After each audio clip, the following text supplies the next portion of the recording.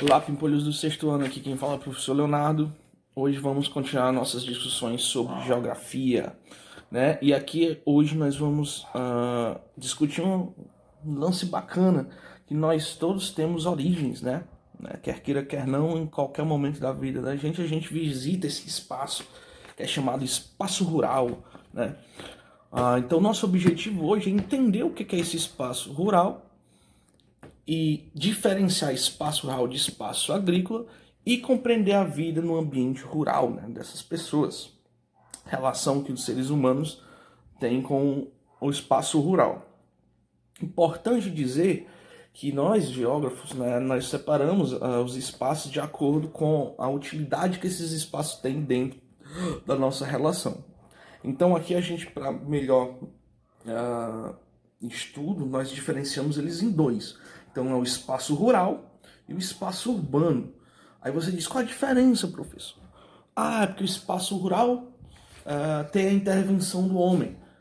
Aliás, o espaço urbano tem interferência do homem e o espaço rural não tem interferência do homem. Isso não é verdade.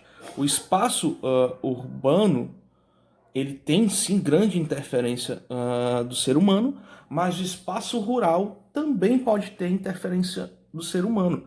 Você pode olhar, por exemplo, um espaço agrícola de plantação. Ali houve a modificação humana, mas ela ainda tem características rurais. Eis é que é a definição de rural nesse sentido, relativa ao próprio do campo, situado no campo campestre, agrícola e rústico, certo? Diferente das áreas da cidade, o espaço rural é aquele que detém elementos que estão ligados às atividades agrícolas, como animais campestres, estradas de chão batido, baixa habitação, vegetação dominante ou de plantio, entre outras.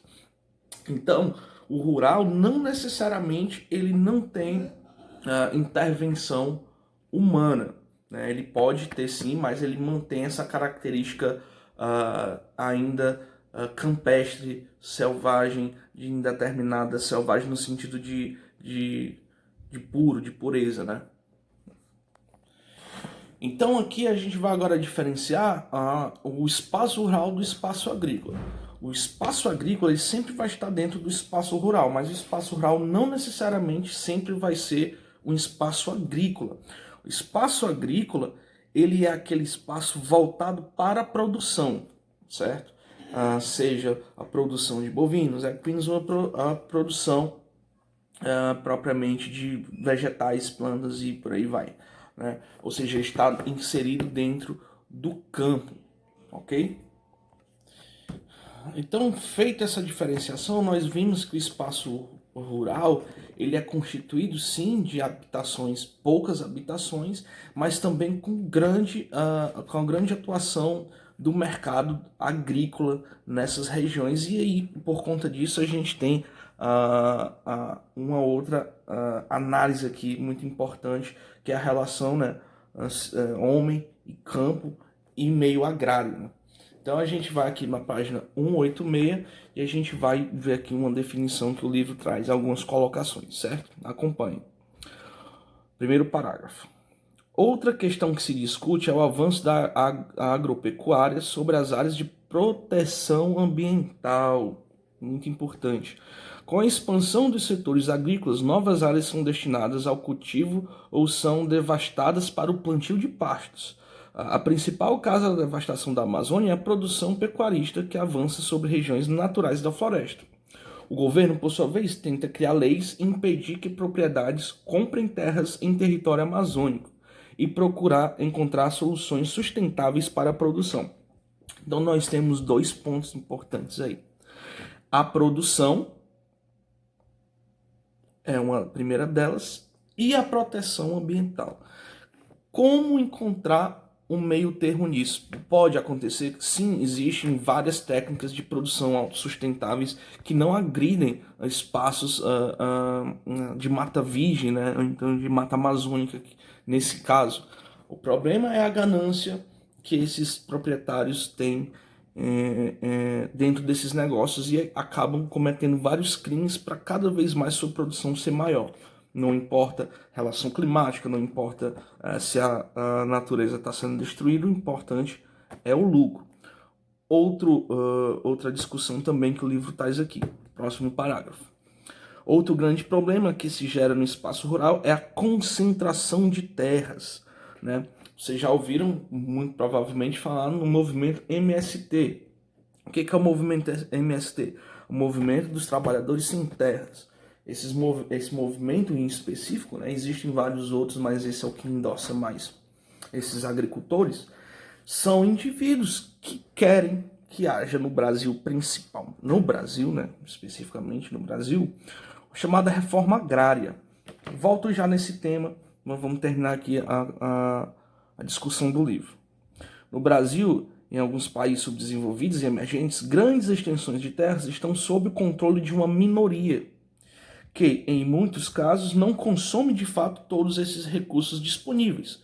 Concomitantemente, ou seja, ao mesmo tempo, nos espaços agrícolas, é maciça a presença de maquinários, reduzindo o efetivo populacional nas grandes fazendas. A distribuição dessas terras devolutas, ou seja, sem efetiva utilização, só irá acontecer se o país aplicar a política planificada de reforma agrária.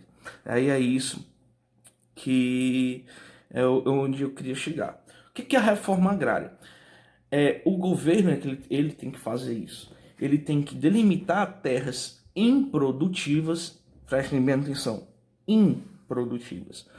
Imagine só um grande fazendeiro, um mega fazendeiro. Ele tem várias fazendas. Só que dessas várias fazendas, ele utiliza, por exemplo, 30% dessas fazendas.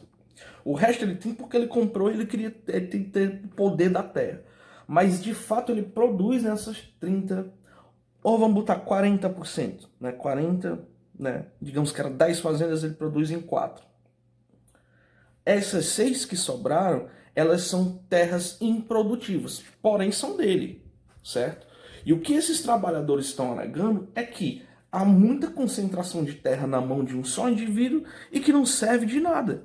Então o governo ele faz esse mapeamento, faz o reembolso desse indivíduo, né? Não é tomar a terra dele, ele vai haver o reembolso desse indivíduo.